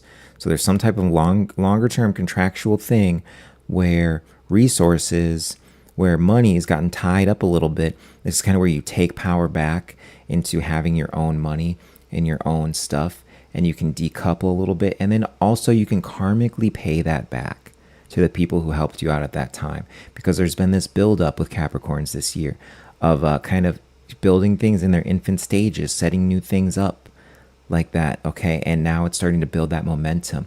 This is where you get the first expansion and the first trajectory that you can see with it too. Because remember, you've got this trine going to Neptune. You can see how this thing's going to benefit you, how you can use this stuff to actually build a more of a foundation and all of that. And then what is the thing that's going to come up that's going to alter your daily work? It's going to disrupt your daily work. It's going to alter your daily work. It's going to make you working with it's going to have you working with new people, that kind of stuff. These are all things to address. And then where your power, because of that Pluto opposition in the 2nd house, where your power with money was kind of like outsourced to maybe someone else or like other people or that kind of thing, for a little bit. There's this thing around power with your resources, with your self-value, and dealing with like other people. That's kind of coming full circle here into an actual beautiful way.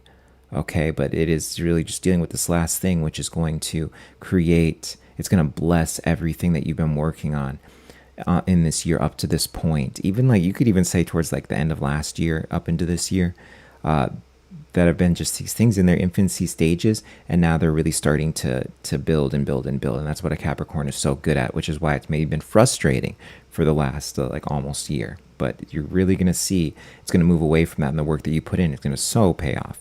But the gift, other people's money flows towards you, a loan, investment, inheritance, a partner's income, funding, or a settlement. And that's the thing too, is it can also just be the other person's like big blessing that comes in. But I view this, just because of the nature of this placement, I view this as a more holistic thing where there's like a mutual understanding that comes together, because this could already be someone that you're tied to, you know, and that like maybe they've already been giving you money. There's something very holistic and full circle about this, I have to say. Holistic and full circle, and not quite as one-sided as someone just giving you money, but it can be that. And it can be money coming in from, it's some type of money coming in from somewhere that makes your 8th house a lot healthier than it was. Okay, there's something there with that, so worth bringing that up. But yeah, the 8th is also deep intimacy and transformation. This year can fund your rebirth, and the occult and psychological depths open too. And view this as another way to get on a deeper level, because remember, there is that Mercury retrograde. It's dealing with the emotions in your 7th house of like marriages, long-term contracts, that kind of stuff. And so view this as a transformation for your intimacy, for the way that you utilize money together if you're in a relationship, those kind of things. That's also a great way to look at it. Okay. And then late July can bring a financial infusion from outside yourself. And so that is important there, because there can be this outside financial thing that comes in. That's just like really interesting. And maybe it's a raise, maybe it's a bonus, something like that. All right. And then the shadow. 8th house Jupiter inflates debt as easily as capital. Good debt that isn't over leveraging or entangling finances too fast with someone. And that is the thing. South Node's there, Jupiter's there. You know, if this is, I really don't, I don't see a lot of Capricorns that haven't done the work this year, if I'm just being quite honest. So it almost wasn't worth me bringing up, but you know, you got the South Node there. And so this is something where you can even you can have that doubling down energy going on for sure on this stuff. And then obviously like going into more debt, that kind of stuff. But I mean, I just feel like if you're a Capricorn, you probably already are good with this, and you probably have been already downsizing a lot of debt leading up to this moment. Maybe not though. And This is a good time to move away from that. But just saying, be very careful, because 8th house is going to deal with debt. It's going to deal with investments. It's going to be dealing with a lot of those things, which is still technically a good time to invest with that 8th house there. And with Jupiter for a speculative investment. I mean, if there's something you want to invest in, but just don't over invest. Okay, don't over leverage. The leveraging is really where you get into it, and then the debt is really what you want to be very careful about. What kind of debt are you going into as your momentum starts going here? So take the funding, but read the fine print cold. Let intimacy deepen without merging your whole financial life overnight. Structure big money in on terms, not vibes. And this is where that 7th house comes in, of the Mercury retrograde in Cancer. Just reiterating still a harder placement to balance, still, but not as hard as the Sagittarian one. But still, it's going to be a harder one to find that balance on.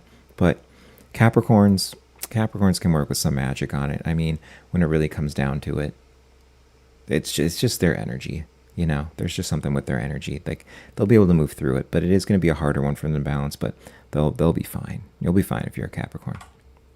Aquarius. Okay.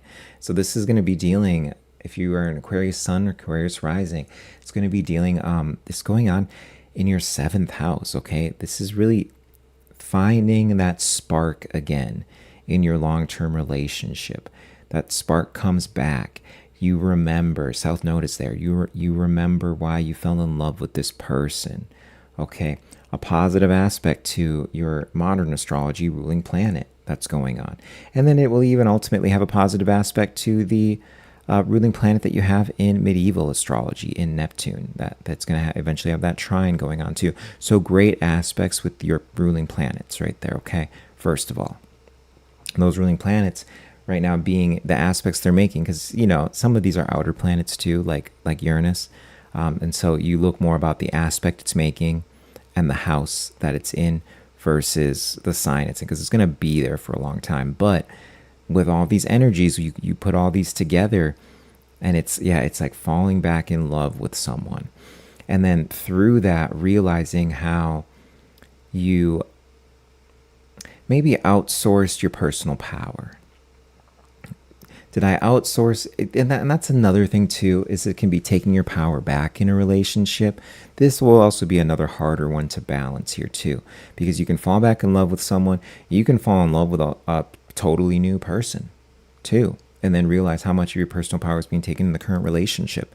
You can have something like that happen as well. But ultimately, this could just be falling back in love with the person you're in a long-term relationship with. But someone also could just be coming back in too. Or it can just be a completely new person. It could be someone you meet at work, or that you met at work. All these different things, but there's a huge emphasis around love and around the relationships that you already have and relationships that can come in right now. And then do you want to fall back in love with yourself? Can you have this period of falling back in love with yourself that will end up bringing in your power? Because this can also be a thing that comes up. Have I given too much of my power away to this relationship? So very difficult balance to find with the placements that you're dealing with, especially when you're dealing with that Neptune in the 3rd house and that trine. Now it's a positive aspect though. This should be things falling away in terms of the friend group, the way that you view yourself in social situations, that kind of stuff, and then an expansion that kind of comes out about that. So let's read here. A relationship or deal expands your life. Marriage, a committed partnership, a business alliance, a major client, or the right collaborator. The 7th is the significant other. Jupiter here brings a beneficial other into your world. And so, that's another thing. I kind of lean on the marriage stuff, but this also is a business thing too. This can totally be a business thing. And this will really help with a lot of the much more difficult placements Aquarians have been dealing with, especially since, 2025 was definitely a tough year. And then 2024, maybe the end of 2024, very tough year for Aquarians. And it's you're kind of coming out of it. You're in the end zone now, and you kind of get this upward trajectory now. And this is where you really are going to feel that starting. Okay. And this can be something that happens in the workplace, or a business place, with a new contract that's been negotiated, especially with Mercury retrograde in your 6th house there of your daily work. So there is this reevaluation of what kind of daily work do I want to be doing, what makes me feel whole, what makes me feel comfortable and secure and all that. And then through that, as the Mercury retrograde ends, having that renegotiation of like a contract of work, something like that, and then really having that connect you to this business thing too. But it's also just important to keep that love stuff in mind too with your marriage and all that. All of that is going to become relevant for you if you have a marriage, if you have that long-term relationship, like you're dating someone, it's been a while, committed partnership, late July can seal a partnership or contract that levels you up. Okay. And that's the Sun conjunct Jupiter. Yep. That's the one we were talking about, late July. Shadow, 7th house Jupiter overpromises to a partner, overcommits to a deal, or idealizes the other person past reality. Because that's what you get with that trine to Neptune. You always want to be tricky with it. I hate to always say it like with the trine to Neptune, like it's a bad placement. It is a good placement, but it's like more of the dream, the visualization of things, which you're already going to have a harder time with as an Aquarius because you're very like ethereal. I always look at these planets of Saturn, Saturn, Uranus, Neptune. Saturn's the physical, Uranus is the ethereal, Neptune's the spiritual. And so when you're dealing with that Uranus energy, that ethereal energy, Aquarians are kind of notorious for this. It's kind of like, I want you to be this way in the world, instead of like, it's like you kind of accept people as they are, but you try to mold them a little bit. You want to find that balance, okay? And so that kind of deals with that idealizing the other person past reality. That's that ethereal thing with Aquarians. But the move, let partnership grow, but keep your discernment. The best yes is one you can deliver.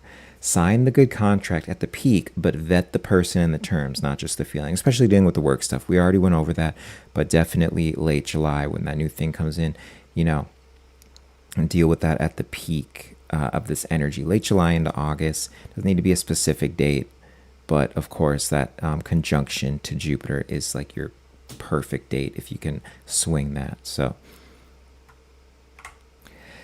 all right, and then Pisces. You've got Jupiter in your 6th house, okay? And that's going to be dealing with your daily work, okay? Daily work, service to others, your health as well, okay?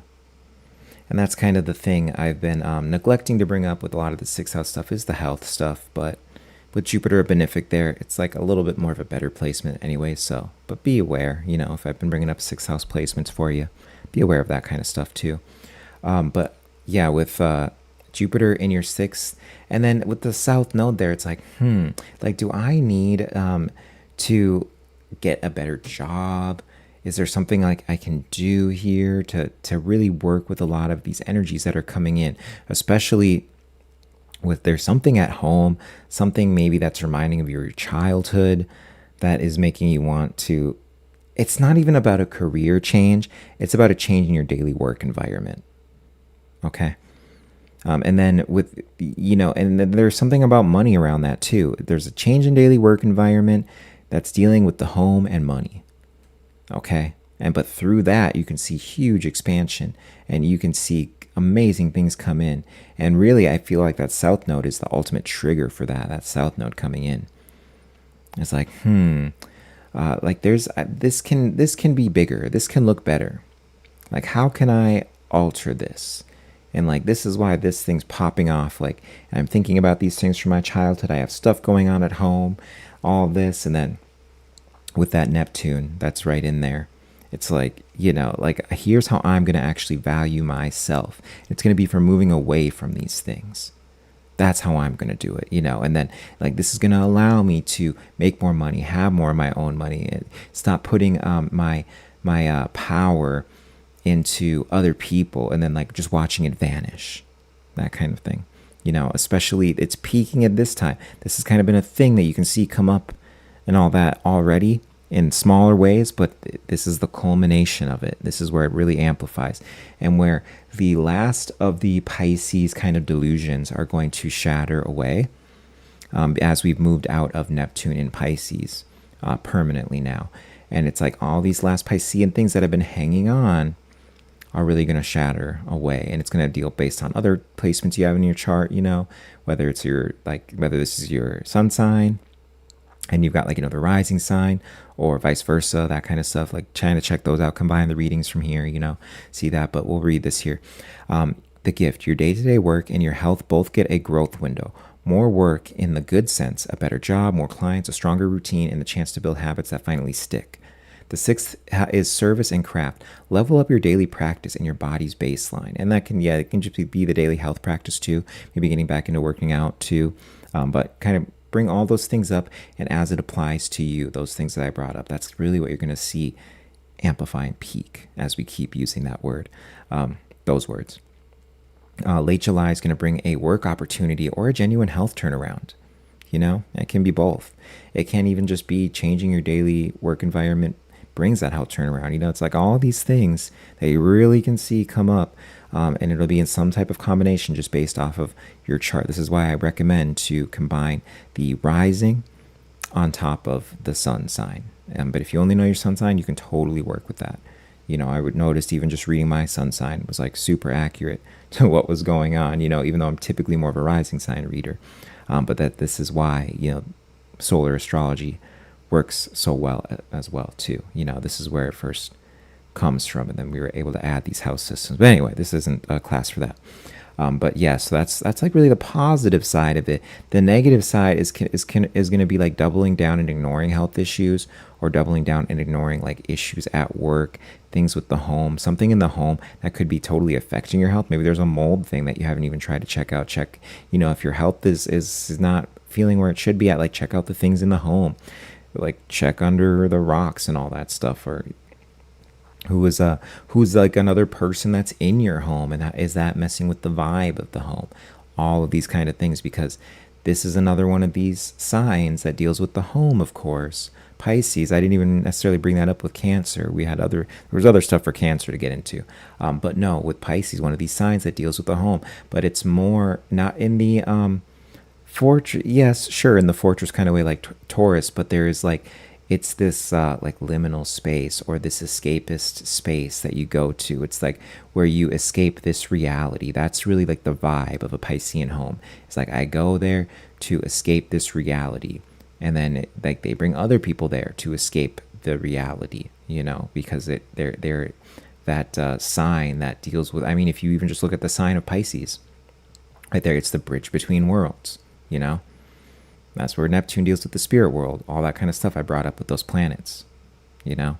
So anyway, like that's kind of, you really want to address, like, am I, first of all, using my home as a place to escape my daily work, but then also what are the things coming in that can create a negative space for that? And it's like doubling down on those things. So shadow, sixth house Jupiter classically means overwork. Oh yeah, I could have brought that up too, overwork, and literally health excess, doing too much, saying yes to every task, letting healthy tip into overindulgence, you know.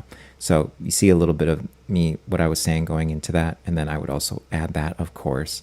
Sixth house, it's like funny because sixth house is one of the first six houses, and you kind of get more rulerships as you progress in the houses, but I still, like, there still just seems like a lot in the sixth house, like, and maybe because it's opposite the 12th house, which has the most rulerships, but, you know. And I would also say, be on the lookout for the shadow side of this, open enemies presenting themselves, like rivals presenting themselves. Now, this can be a fun rivalry, and I totally encourage that, but then, like, you can have people that come out of nowhere that make themselves your freaking enemy, you know.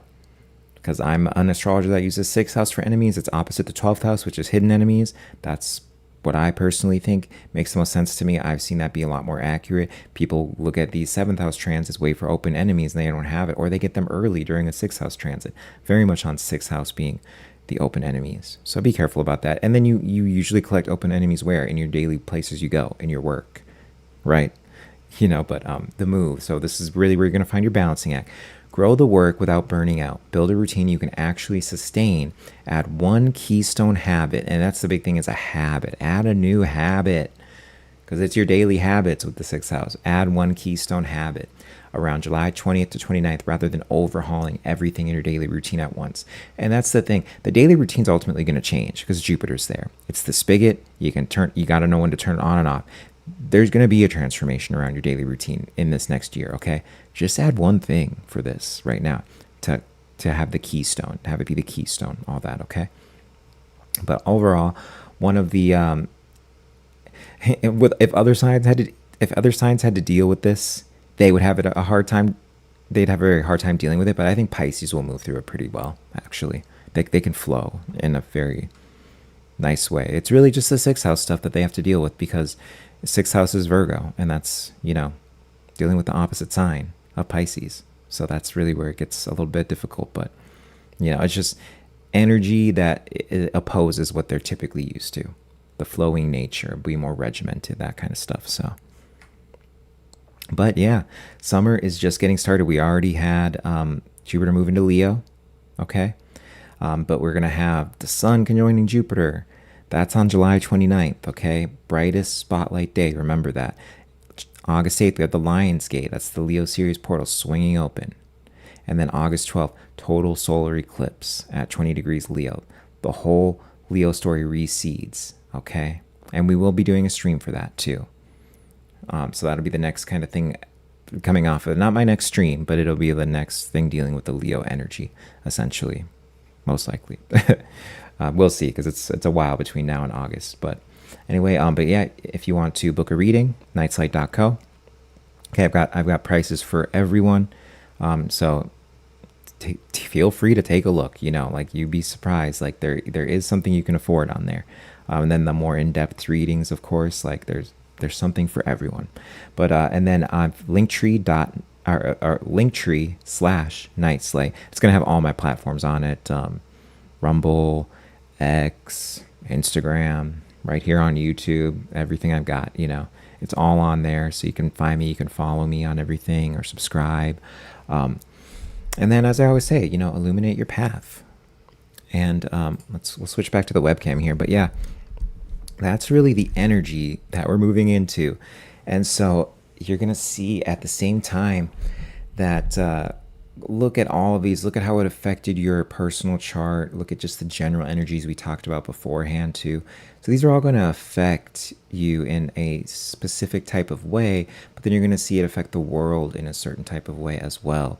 And so it's really about, through what you see, and this is what astrology is just in general, is the things that you see. It's the macrocosm, the microcosm. The things you see going on in the world are an allegory for what's going on in your life. Okay?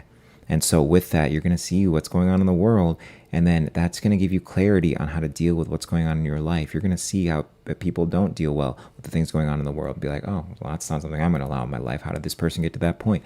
And then you're going to see the people who start to thrive during this time, and you can take that as a type of example. And inspiration is even a more specific and better word for that, on how you can move forward in this new energy and utilize it, and can create a foundation for the next few years that's going to be, as there's a lot of volatility, a lot of combustibility, a lot of fire and air and disruption that comes through now until like 2028, 2029. I mean, it's going to keep on.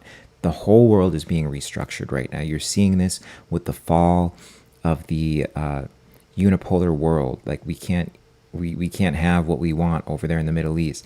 Oil prices are going to just keep going up and up. We're pretty much out of the oil reserve. We got a couple weeks left that they've been stretching. It was really supposed to end around this time, but we were able to squeeze a little bit of oil out. That's what this whole memorandum of understanding was about. And so you're going to see that, and Chiron is in Taurus right now. That's going to deal with a wound around resources, around what we have available to us, around how do we value ourselves. This talks about layoffs, especially next year when it moves back in, middle of the year. This is dealing with layoffs. This is dealing with energy shortages. You've got Saturn and Neptune and Uranus, especially that, or Saturn and Neptune in Aries, especially dealing with that Saturn here. This is a control grid. This is wars over energy, over petroleum with that Neptune there. But then this is also energy lockdowns because of energy stuff that's going on. So these are things that we were going to just see start to spring up here around this trigger time. We're going to see these things spring up, and it's going to be up to us to where do we find our personal power? Where do we work with other people and totally restructure this world? In a world where we're moving away from leaders in the same type of way that have the spotlight on them all the time and into a more localized thing. This is about Pluto and Aquarius. This is the South Node in Leo. These are all these things that are coming in and this energy that we're asked to take on during this time. And so this is why I think these readings are so important for us, to really just be ready for what's coming in, to have personal power, but also be able to depend on other people, or have like a, Pluto dealing with Scorpio there. It's the shared resources. Like, how are we going to pitch in together? How are we going to have a healthy way of sharing resources with one another to have the things that we need, to create a network where we can still achieve the things that we want to do outside of this system, which is clearly failing. And we'll continue to see it fail here too. We're still under that Capricorn full moon, where we're going to see these first cracks in the structures, in the foundations, in the institutions that have been around since Bretton Woods, since the last Uranus and Gemini cycle, which we are now back in, okay, where we get that disruption. But anyway, I hope you enjoyed the readings, okay? I hope you can find a lot of value in these, using these going forward. And yeah, I think next week, well, I've got we got a new moon coming up here on like Monday or Tuesday. So I'll have probably Monday, I have a video on that. That'll be going up. That will really kind of get us, it's going to prepare us a lot for what's coming in, and also help us halfway through this Mercury retrograde in Cancer, this new moon in Cancer that we're going to be having too. So that will be a kind of a big one, very emotional, especially with the stuff that's been going on. Very emotional, psychological moon. Okay, but that's really going to help prepare us for what's coming in. We need to be ready for that. So we've got that coming up. And then, by next week, I'll probably be going over predictions. We'll kind of see how things play out and tie a lot of the predictions that I made, a lot of the placements to the world events that we've seen. And then we'll maybe cast some more. But we'll see here. But I hope you enjoyed it, guys. Like I said, illuminate your path, and have a great evening, beautiful souls. Thank you for watching.